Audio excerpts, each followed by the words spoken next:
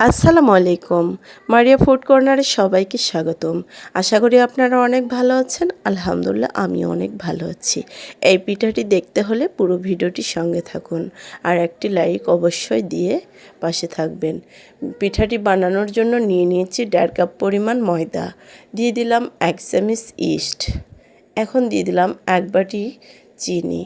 আপনারা চিনি স্বাদ মতো দিতে পারেন, কেউ কমিয়ে আবার কেউ বাড়িয়ে দিতে পারেন।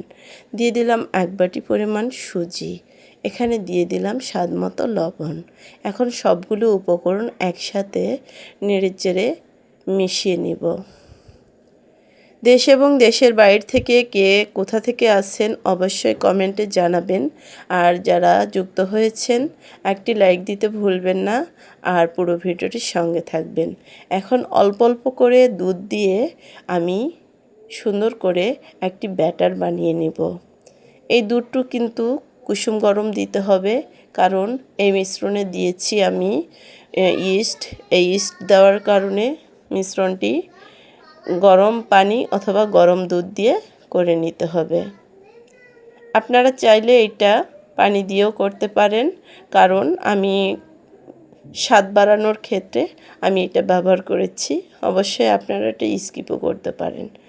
এভাবে ব্যাটারটি করে নিলাম। কত সুন্দর স্মুথ একটি ব্যাটার করে নেওয়ার পর আমি আবারও একটি চামচের সাহায্যে সুন্দর করে ঘটিয়ে নেব।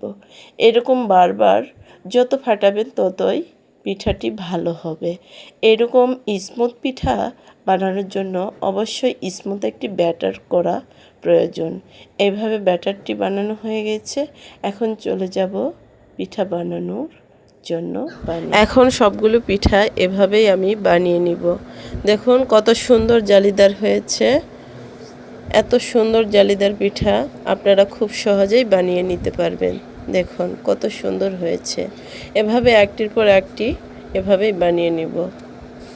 দেখুন কত সুন্দর ফুলকো ফুলকো জালিদার পিঠা হয়ে গিয়েছে। এই যে সবগুলো পিঠা এভাবে বানিয়ে নিয়েছি, দেখতেই পাচ্ছেন কতগুলো পিঠা হয়েছে। মাত্র 1.5 কাপ ময়দা দিয়ে এতগুলো পিঠা আমি বানিয়ে নিয়েছি।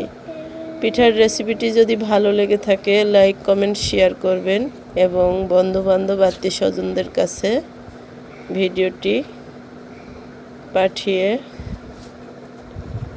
দেখার মতো সুযোগ করে দিবেন।